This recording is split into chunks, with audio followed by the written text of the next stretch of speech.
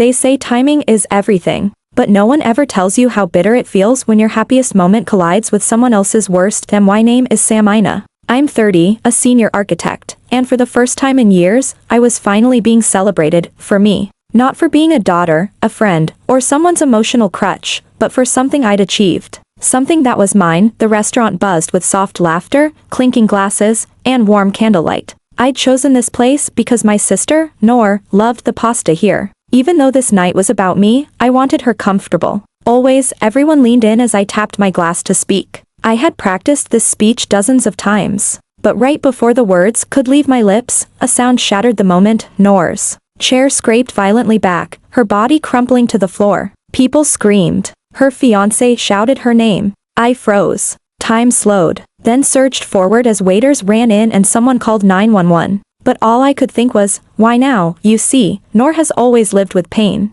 Endometriosis. Chronic. Unrelenting. Invisible to most. But to me, it shaped our entire lives. I'd grown up not just as her older sister, but as her guardian. Her translator. Her backup plan. She was conscious, barely. Her lips were pale, her forehead slick with sweat. It's okay, she whispered hoarsely as paramedics loaded her into the ambulance. But it wasn't okay. Not for her. Not for me. Not for what I was about to say that night, because that night, I was supposed to announce my decision to move across the world. But now I was standing in a parking lot in heels, staring at the taillights of an ambulance, my big moment slipping away into sirens and streetlight shadows. And all I could think was, did I just lose the right to leave? At the hospital, everything smelled like antiseptic and anxiety. Noor was taken into the emergency wing, and the rest of us were asked to wait. My heels pinched, but I didn't move. I kept replaying that moment, her eyes rolling back, her lips trembling, her body buckling like a marionette whose strings had been cut, her fiancé, Hamza, paced in small, violent loops. My parents clutched each other, whispering prayers under their breath. No one asked me what I had been about to say before Noor collapsed. Maybe they forgot. Or maybe they were afraid to hear it now, because what I had planned to say would have changed everything, for me and Noor. I'd gotten an offer from one of the most prestigious architecture firms in Berlin. 6 years of relentless work, blood, sweat, and insomnia had finally paid off. I was being offered something I'd only ever dreamed of, freedom. But suddenly, it felt like betrayal. 2 hours passed. Then a doctor emerged, calm-faced and clipboard in hand. Noor was stable. Her pain had spiked, and her blood pressure had crashed. A dangerous cocktail. She would need a few days of observation. I exhaled, guilt and relief crashing together in a strange cocktail of their own. I went in to see her. The room was dim, the machines humming gently. Noor looked so small in that bed, her hair sticking to her forehead, her mouth dry and cracked. Yet when she saw me, she managed a tired smile. You didn't say it, did you? My heart lurched. Say what? She laughed weakly. The thing you were about to announce. I saw your face. You had that speech voice on. Even in pain, Noor noticed everything. I hesitated. No, I didn't. You fainted. I didn't faint, she corrected, her voice ragged. My body quit on me. She turned her head, looking at the ceiling. Again. That one word, again, hit harder than I expected. Because this wasn't the first time her body had betrayed her. There were birthdays she missed, college classes she dropped, jobs she had to quit, even one engagement that fell apart because of how complicated her condition made things. And I'd been there through it all. Every single time I sat beside her, unsure how to hold both truths at once, that I loved my sister more than anyone in the world, and that I was slowly suffocating in the shadow of her suffering. When she finally drifted off, I wandered back to the hospital waiting room, where the others were sleeping in slumped postures or mumbling into phones. I stepped outside into the cool night, staring at the dark sky, wondering if it was okay to want more. If it made me a monster to want a life not tied to hospital rooms and emergency calls. The next morning, Noor was better. Alert, in pain, but coherent. My parents fussed over her while I sat by quietly, my phone buzzing in my bag with congratulatory texts from friends who still didn't know the night had taken a different turn. That evening, I returned home. My apartment was silent. On the table still sat the little envelopes I'd printed with my Berlin address. I'd planned to hand them out to everyone at dinner, part announcement, part invitation. I'd imagined smiles, tears, toasts. Instead, I felt like I was holding evidence of a crime I hadn't committed yet. For 2 more days, I visited Noor daily. She was released on the 3rd, tired and quiet, but as usual, trying to act like everything was normal. We didn't talk about my news. But I knew she hadn't forgotten. On the fourth day, she texted me, "Come over.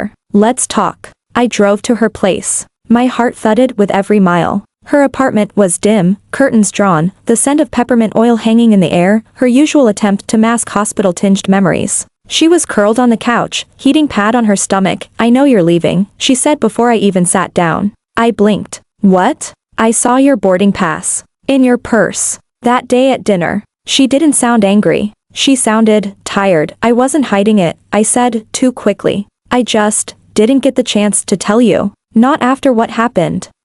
She looked at me then, really looked. "Samina, I don't want to be the reason you don't live your life." I opened my mouth, but nothing came out. "I mean it," she continued. "I know I've needed you. I know you've given up so much for me. But I won't let you give up this. Not Berlin." Her voice cracked, and for the first time, I saw something I hadn't expected: grief. Not just her own, but mine too. We'd both lost something to this disease. She lost her body. I lost my autonomy. And somewhere in the middle, we became tethered to each other's pain. "I'm scared," I admitted. The words surprised me. "So am I," she said, tears in her eyes. "But if you stay for me, and not for you, we'll both end up resenting each other." That was it. The truth we never dared to speak. I stayed with her that night. We didn't say much. We just sat, two sisters, grown women still tangled in childhood roles neither of us asked for. But in that silence, I felt something loosen. A week later, I rebooked my flight at my second farewell dinner, smaller, quieter, without speeches. I finally said it. "I'm moving to Berlin," I announced.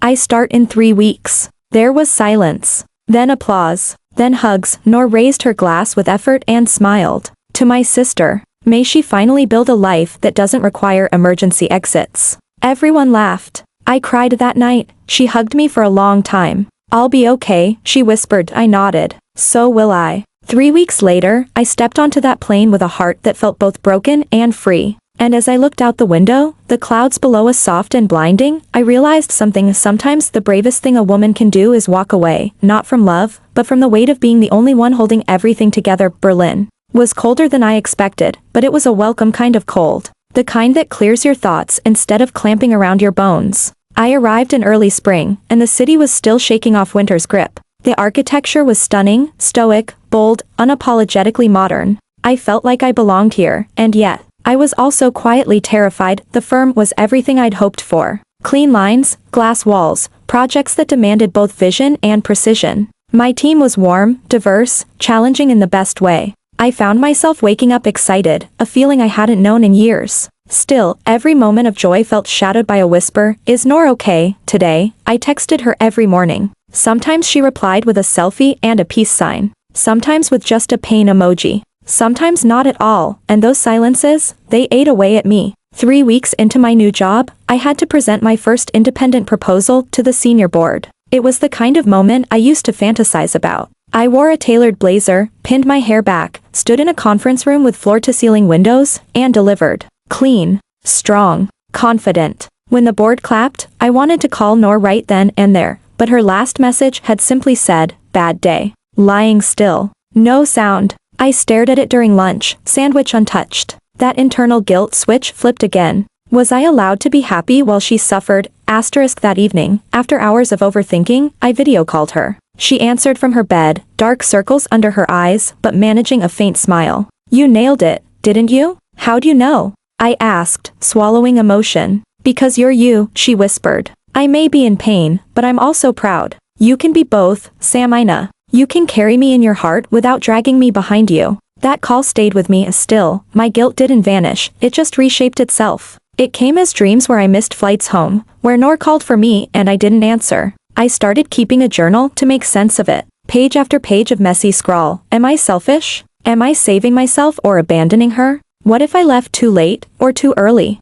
But Berlin also gave me space. For the first time, I lived for me. I signed up for pottery classes. I walked by the river at dawn. I cooked meals that weren't just for survival. I laughed, loudly. And that laughter didn't feel like betrayal anymore. It felt like return. Like remembering who I was before my life became a quiet emergency room. Every Sunday, Noor and I had a video brunch. She'd sip herbal tea. I'd eat fresh pastries. We talked about everything, her latest flare-ups, my coworkers' quirks, silly YouTube videos. And sometimes, we talked about the past. One Sunday, she said, Do you remember when you missed your final year trip to take me to that emergency appointment? I nodded. I remember everything I missed. She was quiet, then said, me too. And I wish you hadn't. That hit like a tidal wave. I needed you back then, she continued softly. But not always. I let myself believe you were the only one who could save me. I didn't realize I was clipping your wings every time I leaned too hard. I didn't know what to say.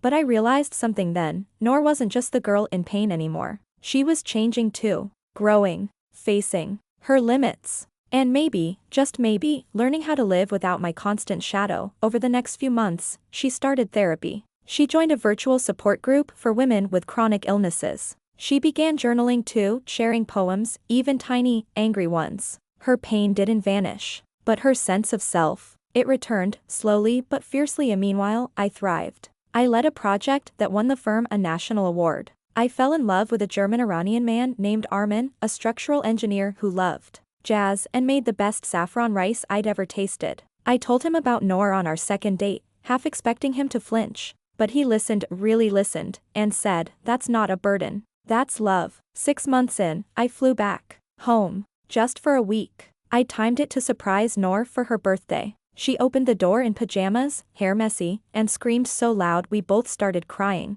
She pulled me inside and said, you're glowing. I hadn't realized until that moment that I was. That night, we lay on the floor of her apartment, giggling like we used to as kids. She winced once, clutching her side, but waved me off. Pain's part of the package. But so is joy. We talked late into the night, no filters. She asked me if I thought she'd ever get better. I told her I didn't know. But I knew she'd get stronger. And she was. Before I left, I gave her something, a small silver key on a necklace. She held it up. What's this for? My apartment. In Berlin, I said, smiling. For when you visit. She laughed through tears. I'm terrified of flying. You're braver than you think, I replied. And you'll always have a place with me. Even if I'm halfway across the world. She clutched the key to her chest and said, you're not abandoning me. You're leading the way. That sentence undid me, because for so long, I'd feared that my happiness meant her loneliness. That my distance meant her decline. But now I saw that by choosing myself, I was also giving her permission to choose herself. 2.2 years have passed since that night at the celebration dinner. Noor still has bad days.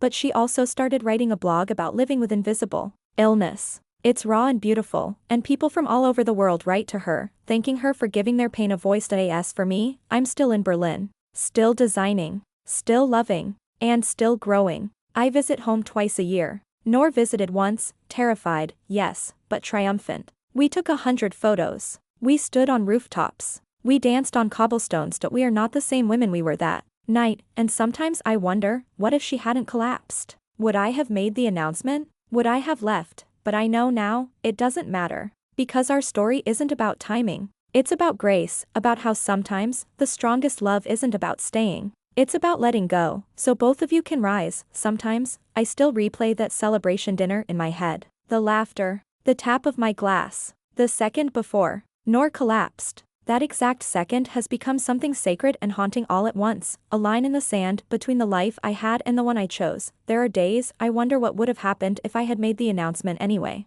If I had pushed through the panic, stood in the aftermath, and claimed my future in front of everyone. Would they have cheered? Or would they have whispered behind my back, how could she? Her sister just collapsed and she's talking about moving away, but I didn't say it that night. I waited. And I think, deep down, I was waiting for permission that no one could really give me except Noor, and when she did, it didn't come with resentment. It came with grace. With trust. With that silver key swinging gently around her neck. A quiet symbol that I could go, and still be hers. Now, I live a life where I am no longer the strong one, by default. I no longer say yes, because I feel obligated. I no longer contort myself to be useful, palatable, or selfless to a fault. I love Noor, but I am not her solution. I am her sister. That is enough. I still carry guilt, sometimes. Especially when I'm laughing too loud, or dancing under European streetlights while she lies in bed counting pain meds and contractions of breath. I still wrestle with the balance of empathy and freedom.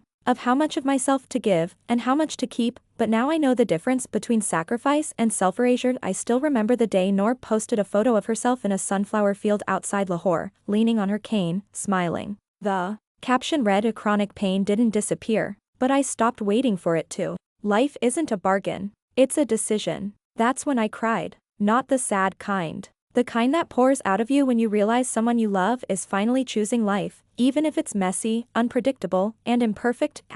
We write letters to each other now, old-fashioned style. She says it makes her feel like I'm close, even when I'm far. I have a whole box filled with her notes, angry ones, poetic ones, funny ones. My favorite reads, "You didn't leave me behind. You walked ahead so I could see there was more." And maybe that's all I ever wanted, to show her there's more. More than the pain. More than being the girl everyone tiptoes around. More than being the sister I had to rescue. She's no longer just surviving. She's blooming. Maybe unevenly. Maybe slower than most. But blooming, still the SO. If you ever find yourself in a moment like mine, standing at the edge of your own dream, frozen by the fear of who you might hurt, I hope you remember this: you are allowed to choose yourself, and when love is real, it doesn't chain you. It cheers for you, even from the floor of a hospital room, even through chronic pain, even across oceans, because sometimes the bravest way to love someone is to live your truth anyway. Months passed, seasons changed. Berlin's gray skies turned to summer gold, then mellowed into amber autumns.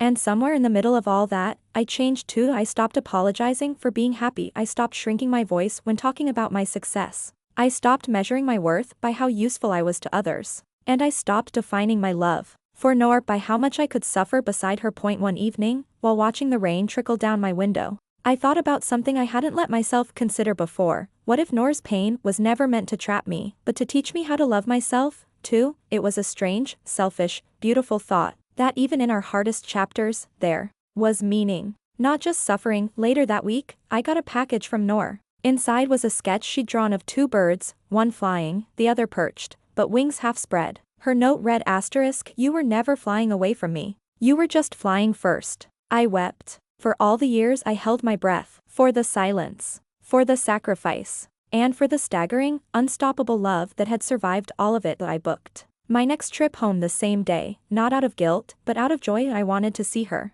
Not because she needed me, but because I missed her. This time, I arrived without fear. I didn't wonder if she'd collapse. I didn't brace myself to fix things. I simply walked into her arms, and we laughed like two women who had finally stepped out of their roles and into their real lives. She was still Noor, still brave, still brilliant, and I, finally, was Samina, asterisk, not the protector, not the substitute parent, not the shadow, just a woman who chose herself and still chose love. Time back home felt different this visit, and no longer did I move through the house like a ghost with a guilt-ridden heart. No longer did I walk on eggshells around Noor, fearing that my happiness might somehow injure her. We had both changed, not completely, but enough. There were still moments. A few days into my visit, I found Noor curled on the bathroom floor, silent tears sliding down her face, her hand gripping her lower abdomen. The pain had returned in full force. My first instinct was to panic, to hover, to cancel my plans and move into caretaker mode. But this time, I did something different. Asterisk, I sat beside her,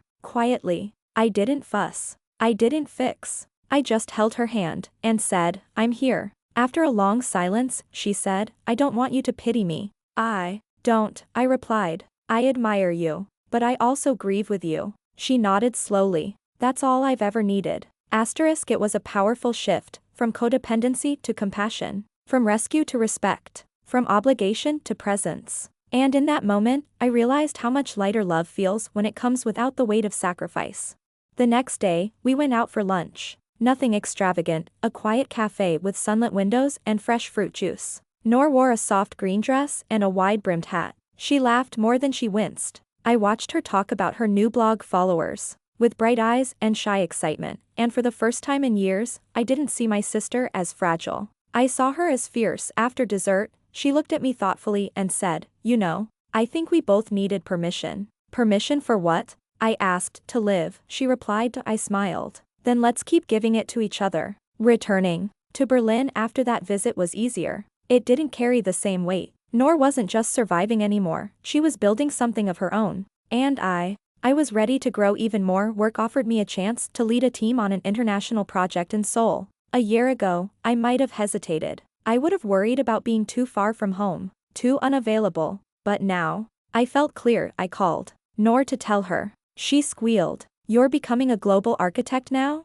"Maybe," I grinned. "Should I pack you in my suitcase?" "Only if there's Wi-Fi in there," she joked. Our love was no longer rooted in proximity. It was rooted in truth. And truth, I'd learned, travels well that I packed for Seoul. I found the envelopes I'd once printed for that celebration dinner. I almost threw them away, symbols of a moment interrupted, a dream delayed. But then I paused, I opened one and took out the small card inside. In soft gold script, it read, "I'm moving forward, not away." And suddenly, I knew, I hadn't missed my moment that night. It had just begun. A year passed. Then another. Nora's blog turned into a small community. She began mentoring young women with chronic conditions, helping them advocate for themselves in medical spaces. She even got invited to speak at an international health summit. She wore the silver key around her neck as she stood at the podium, telling her story, not as a victim, but as a warrior. I sat in the front row, tears in my eyes, proud in a way I can't explain. After her talk, she found me backstage and whispered, "Your flight was never a departure. It was a lighthouse." And I knew what she meant. Sometimes, the people we love are not asking us to stay beside them in their struggle. Sometimes, they just want to know there's a world beyond it. That joy is still possible. That the body can ache and the heart can heal at the same time. That there's more. And now, when I meet younger women in the industry, bright, ambitious, overwhelmed by family expectations, I tell them this story. Not just about chronic illness or hard choices, but about the sacred right to live fully. To chase light, even when someone you love is sitting in the dark. Because if love is real, it doesn't hold you back. It lets you grow. It lets you go. And if you're lucky, truly lucky, it brings you back together, not as caretaker and patient, but as two whole people walking beside each other, no longer tethered by sacrifice, but held by grace. 3 years later, I returned home again, this time not for a short visit, not for an emergency, not to announce another move. This time, it was for Nora. She had written her first book, titled Unseen, Unshaken. It was a raw, poetic memoir about living in a body that fights you daily and a world that doesn't believe you. It was unapologetic, honest, heartbreaking, healing. She was launching it at a literary festival in Lahore, and when I landed, she met me at the gate wearing bold eyeliner and an oversized blazer, looking like she owned the city. She pulled me into a hug, whispering, "You're my safe place." And I whispered back, "You're my proof." That evening, I sat in the front row as she took the stage. The hall was packed, lights bright, cameras rolling. I remembered the girl who once collapsed in front of 40 people at my celebration dinner. And now, here she stood, fierce and fluent, voice steady, spine straight. She read an excerpt aloud. Her voice trembled only once, when she reached the part that said, "My sister taught me that freedom doesn't always mean running away. Sometimes, it means standing still and choosing not to disappear." She left, and in doing so, gave me the room to stay and still matter. I wiped away tears. Others around me did too. After the reading, someone in the audience asked her, "What kept you going when things felt hopeless?" She glanced at me before answering. "My sister did," she said. "Not because she stayed, but because she left without shame. She taught me that I didn't need to be anyone's reason to stay in pain. I could be someone's reason to step into joy." I had never felt more seen in my life. That night, we walked along the old canal road together, the stars reflected faintly in the dark water. "I didn't know you still carried that night," I said quietly. "I carry all of it," she replied. "But not as a wound anymore. More like a scar I'm proud of." I nodded. "Me too." She smiled. "You know, you didn't just move forward that night. You broke a pattern. A generational one." "What do you mean?" "Our family, especially the women, we were always told to shrink, to give up, give in, give everything. You didn't. You honored love, but not at the cost of your future. You gave me the courage to do the same." That night, we sat on the rooftop of our childhood home, wrapped in blankets, sipping chai as the city murmured below. It was quiet in the way only shared peace can be, and that's when I realized, this wasn't just a story about leaving or staying. It was a story about rewriting what love looks like. About breaking a legacy of sacrifice passed down from woman to woman like heirloom sorrow. Now, years later, as I sit in my Berlin studio overlooking a city I once thought would swallow me whole, I reflect often on Nora's strength, and my own. We don't talk every day anymore. We don't need to. There's a quiet trust between us now, like a long bridge that spans countries and years and pain and healing. Sometimes I read passages from her book to my interns when they're overwhelmed and apologizing for not being perfect. One of them asked me once, "Was it hard, walking away from someone who needed you?" And I said, "Yes. But it would have been harder never learning that she could carry herself." Then I smiled and added, "And that I could, too." Because that's the truest thing I've learned from all of this. We are allowed to grow, even when it scares us. We are allowed to live, even when someone we love is still struggling. And we are allowed to say, "I love you." But I must also love me. Berlin moves differently now. When I first arrived, I rushed through the city, head down, heart heavy, thoughts forever pulled back home. But now, I walk slower. I notice things. The old man who sells flowers near the train station. The scent of roasted almonds in the winter markets. The way the early sun glints off the cathedral domes like fire. Maybe that's what healing looks like, not dramatic, not loud. Just slower breath, clearer skies. The ability to sit in a moment without thinking about what's missing. Armin and I are still together. We live in a loft apartment not far from the river. He likes jazz at night, I like silence. He reads blueprints like puzzles, I build stories in buildings. We meet in the middle. That, too, is a kind of miracle. He once asked if I ever wished my life had gone differently, if I resented the years I spent tethered to Nora's suffering instead of soaring earlier. It took me a while to answer, no, I finally said. Because those years taught me how to stay before I learned how to fly. And maybe both were necessary. He kissed my forehead and said nothing. He doesn't need to fill silences with solutions. That's one of the reasons I love him. Nor and I now write each other letters at the end of every year. Not digital ones. Handwritten. We call them truth letters. No sugarcoating. Just raw memory and hope. In her last letter, she wrote, this year, I lost another job, but I didn't lose myself. I spent 4 weeks mostly horizontal and still managed to finish 2 chapters of my next book. That used to feel like failure. Now it feels like resilience in motion. In mine, I wrote, this year, I designed a healing center in Stockholm, and for the first time, I built a space that wasn't just functional, but sacred. A place that holds people quietly, the way I always wanted to be held. Our letters always end the same way, still growing. Still yours. My parents changed, too. It took time, but they no longer call my independence distance. They no longer praise my sacrifices over my joy. Sometimes they even share Nora's blog with friends. Look at what our girls have done, my mother says. Now, her eyes filled with awe instead of worry. One afternoon, over tea, she said, I think we were taught that suffering is holy. But you too, you've shown us that healing is sacred too. I held her hand. It was the closest we'd come to an apology, or maybe to forgiveness. For how many years I felt unseen in my own home, and that was enough. I once thought I'd spend my life constantly choosing between duty and desire, between being the good daughter and the free woman. But now I know, it was never either or that it was always both. I am Nora's sister. I am my mother's daughter, but I am also Samina. A woman with a quiet fire and an open sky. The story of my life is no longer about escape. It's about return to the parts of me I had silenced, return to a self that doesn't apologize for breathing, return to love, not as sacrifice, but as presence. One day, years from now, if I have a daughter, I will tell her about the night my sister collapsed at my celebration dinner. I'll tell her how I froze, how I almost disappeared, and how I came back, but I won't frame it as tragedy. I'll say, that was the night everything changed, but not because it broke me. Because it woke me, and when she asks me what it taught me, I'll smile and say that love can hold pain, yes. But it can also hold wings.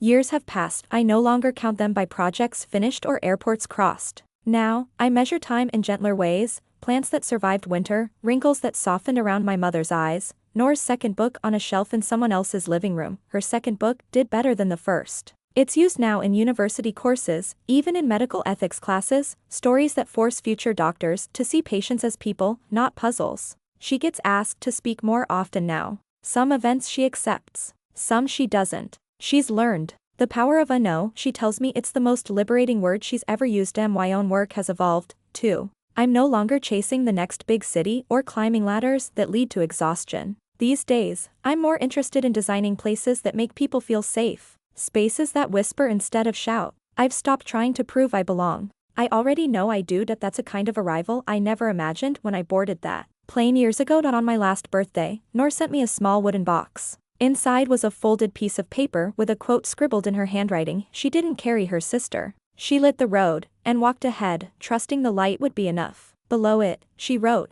I'm still walking. There was no jewelry, no gift card, no elaborate present, just that note. And it was the best gift I've ever received, because it told me something I hadn't dared to believe fully. She's okay. Not cured. Not untouched. But okay, she has learned how to live with pain, not inside it. Sometimes we still sit on video calls in our pajamas, me with my herbal tea, her with a heat pad wrapped around her stomach. We laugh. We cry. Sometimes we're silent, but we no longer try to make each other feel better. We just witnessed. That's the thing about long love, sister love. It doesn't demand performance. It asks only for presents. One evening, she asked, "Do you ever miss the version of us from before?" I thought about it. "I miss the innocence," I said. "But not the fear." She nodded. "Me too. There's peace in knowing you've both survived your own unraveling. And even greater peace in knowing you're still rewriting what it means to be whole." Last summer, I returned home again, not for a launch or a speech or a celebration, just to be that we sat on the roof again, under a sky full of heavy stars, the air thick with jasmine and electricity. Noor leaned her head on my shoulder and whispered, "Do you think we changed the story?" I turned to her, smiled, and said, "I think we became the story." And in that moment, I understood, some stories don't have clean endings, some don't need closure, some just keep unfolding, softly, surely, like prayer, or breath, or time. Postscript. 5 more years later I am writing this now from a quiet village outside Lisbon, where I've taken a 6-month sabbatical. Noor and I are working on something together, a joint book. Half memoir, half essay. A sister story told in 2 voices. It's called A Held, Not Tied. And if we ever finish it, I hope it lands in the hands of another woman who feels like she's not allowed to live without carrying everyone else. I hope she reads it and understands, you can love someone deeply and still choose yourself, you can stay connected and still walk away, you can hold grief and joy in the same hands. And that is not betrayal, that is life. I didn't expect Noor to go before me, none of us did, not because she was healed, she never was, but because she was still becoming, still building, still writing and laughing and choosing joy alongside pain. She had always survived the impossible. And somehow, I began to believe she always would. She passed away peacefully, one rainy October morning. Her heart had weakened, quietly over the years. Her body simply slowed down. There were no emergencies. No collapsing at dinners. Just silence. A silence that didn't roar like the old kind, it whispered. Armin was the one who told me. I was in Valencia for a speaking engagement, preparing to walk on stage when my phone rang. One look at the screen and I knew. He didn't say much. Just, "She's gone, Samina." I don't remember the talk. I don't remember the flight back. I only remember standing in her room, the air still warm with her presence, and feeling like someone had scooped the sky out of my chest. We buried her wrapped in her favorite shawl, the deep blue one with tiny gold stars embroidered along the hem. She always said it reminded her of freedom. The funeral was full of women who had read her books, followed her blog, joined her groups. Many of them lived with invisible illnesses. Many brought flowers. Others brought stories. One woman told me Noor had helped her find the courage to leave an abusive relationship. Another whispered, "She saved my life, and she never even knew it." And I wept. Because even in death, Noor was still giving, still building, still lighting the road. I stayed in her apartment for 2 weeks after she passed. The first few days, I couldn't touch anything. I walked around like I was inside a museum of her life. Every hair tie, every mug, every post-it note stuck to her mirror felt sacred. But eventually, I began to sit in her chair, wrap myself in that shawl, read her journals. She had written pages and pages, some addressed to me, some to no one in particular. And in one, dated just 3 months before she died, I found this: "If I go first, let Samina live more, not less. Tell her that guilt is a thief. Tell her that love doesn't end when bodies do. I'll be in the sky she walks under, in the tea she brews, in the buildings she builds, in her laughter. I'll be there, quiet, but sure." I read it over and over until the words blurred, and I promised her. I whispered into the walls of that apartment, "I will keep living. And I will build something with what you left behind." Months later, I began designing a small community wellness center in a remote mountain village in northern Pakistan. It wasn't flashy. It wasn't featured in any magazines. But it was hers. We called it the Noor House. It's a safe space for women with chronic illness, emotional trauma, and untold stories. It has no white coats, no fluorescent lights, just soft rooms, open windows, shelves of books and poetry, and plants that grow even in cold days. The entrance, carved in marble, is her favorite quote: "We are not here to be saved. We are here to be seen." I visit twice a year. I watch women walk through the doors, some in pain, some in silence, and I see Noor in all of them, not her suffering, her fire. For me, I'm older now, lines around my eyes, silver in my hair. But I've never felt more whole. Armin and I never had children, by choice. But we've raised gardens, mentored students, written essays. We've created a quiet life that echoes with love, not noise, and still, every now and then, I feel Noor beside me. When I sip mint tea, when I wear her shawl on cold mornings, when I hear a stranger use her words, When I design something that whispers instead of shouts that she's here, not behind me, but within me. One day, if I write all of this down in a book, the real one, spine stitched and pages worn, I won't start it with her death, I'll start it with that dinner. The one where she collapsed. The one that changed everything. And all right, this is not a story about grief, this is a story about light, about the moment I almost didn't live, and the sister who told me to go anyway. In my 60s now, the world has softened around me. I no longer walk with urgency. I no longer chase the version of myself I thought I had to be. I wake up slowly, to the sound of birds in Lisbon or rain in Lahore or silence in Berlin. I cook simple meals. I take photos of shadows on old walls. I still write, though now, it's less about proving something and more about preserving it. I've learned that the most sacred things in life are quiet. A long-held hand. A letter you open years after it was sent. The smell of a sister's shawl in the folds of your suitcase, still there decades after her hands last touched it. And yet, life didn't stop after Noor. It bent. It shifted. But it didn't end, because she's still here, woven into the very fabric of who I am. Every year, on the anniversary of her passing, I light a single jasmine candle and read from her book. I don't cry anymore, not in the same way. My grief has transformed from fire to river. Still flowing, but no longer burning. Sometimes, younger women write to me. They've read her books. Or mine. They say they feel torn between caring for others and choosing themselves. And I write back, always some version of this: you are not selfish for wanting joy, you are not cruel for setting down what you were never meant to carry alone, you are not leaving someone behind when you step into your own life, you are simply trusting that love can stretch across oceans, across silences, across pain, and still hold. Asterisk, some of them write back in tears. Others don't, but I know the message lands. Because I remember what it meant to hear those words when I needed them most. I visited the Noor house last spring. The trees have grown tall around the walls. The healing garden she once sketched on a napkin is now real: lavender, marigold, rosemary. There's even a stone bench with her quote etched into it: seen, not saved. Asterisk, a young woman sat there. As I passed through, maybe 25, cane resting beside her. She smiled at me, eyes tired but bright. Are you Samina? She asked. I nodded. She pulled out a wrinkled copy of Held, Not Tied. Your sister saved me, she whispered. And your story showed me how to survive after. Asterisk, I didn't say anything right away. What could I say to that? To know our pain had become someone else's blueprint for survival. I sat beside her and we watched the wind move through the rosemary.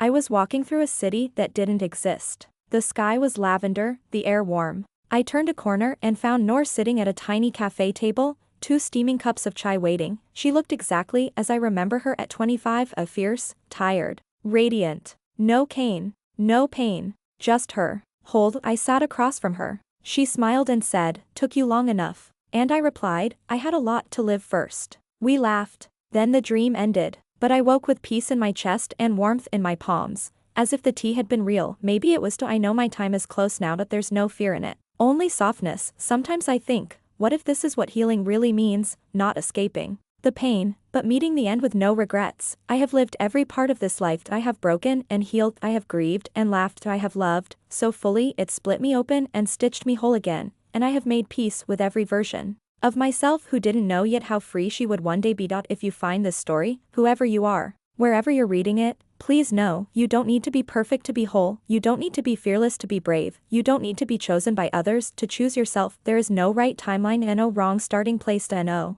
shame in beginning again. Even now you are allowed to lay down what was never yours to carry. You are allowed to take up space. To walk away at to come home. To say no. To rest. You are allowed to be a story, not a sacrifice. And if no one ever told you this before, then let this be the first. You are already enough, just as you are right now, even in your mess, especially in your mess. And if you listen carefully, you'll hear it, soft, like wind, like breath, like Noor. You don't need to disappear to be loved. This is the true end. Not because the story ends here, but because it's yours now. To hold. To pass on. To live. And as for me, I am light now. I am wind. I am pages turning in hands I will never touch, but I am here, still, always.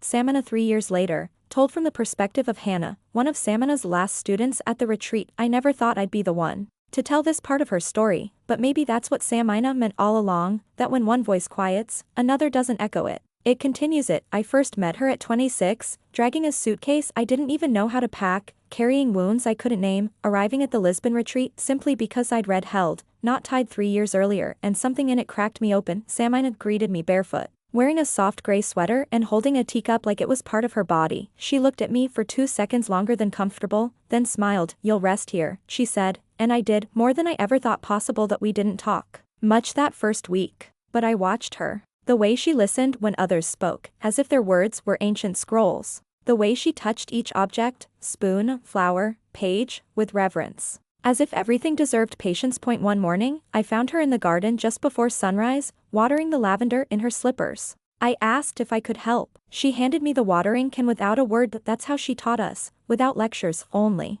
presence. She told us stories, sometimes in pieces. About Noor. About Berlin. About jasmine candles and airport terminals and choosing freedom. About how it's not always bravery that makes a woman leave, sometimes it's exhaustion. And sometimes, it's clarity. She said, most women don't need advice. They need someone to believe they'll survive the truth. That sentence lives in my journal now, bold, underlined, written in ink. When Samina passed, she didn't call it that, she called it going quiet. She left us a letter, handwritten, tucked beneath the tea set in the kitchen. It began, "You will know when I've gone quiet, but don't cry. Not for long, because I haven't left. I've just stepped into the stories you'll tell." Then, in her neat, looping handwriting, "Hannah, the stories are yours now." I cried. For days, but then I opened the box of letters she and Noor had left behind, and I began to read, and I understood what she meant. I run the retreat now that we renamed it. It was Samina's request. It's no longer called the Noor House, but it's called Held. Just that. One word. One truth. We kept the plaque on the rosemary bench, though. The one that reads, "Here she Saturday, here she lived, let the next woman rise." And they do, women from Brazil, Palestine, Korea, Karachi, Nairobi. They arrive hollow, apologetic, collapsed in the middle of their becoming. They leave whole, not cured. Not loud, just whole, because of Samina, because of Noor, because two women once loved each other enough to let go. Last week, a woman left a note in our writing shed. No name. Just ink pressed into paper like a prayer. I didn't know I could be the story, but now I do, and I will be. That's what legacy is, not fame, not monuments, but strangers writing themselves back into existence because someone, once, told the truth and didn't apologize for it. Asterisk. As I finish this, I hear the wind moving through the olive trees. It sounds like a woman laughing. Or maybe crying. Or maybe both. Sometimes, I whisper their names, Samina, Noor, into the soil as I plant new rosemary, and I imagine them walking barefoot together in some soft place, drinking chai under a jacaranda tree, writing letters in the sky, and I imagine Samina smiling as I speak these last words aloud. To you, you are the next story. Write it without shame, live it without permission, and let someone else rise, because you dared to behold the end, and the beginning. And if someday you sit beneath a tree, holding a story that feels like yours, know this: you were never too late, you were never too much, you were never meant to shrink to fit someone else's silence. Alive, fully, gently, unapologetically, and may your truth plant seeds you'll never see, but others will bloom from.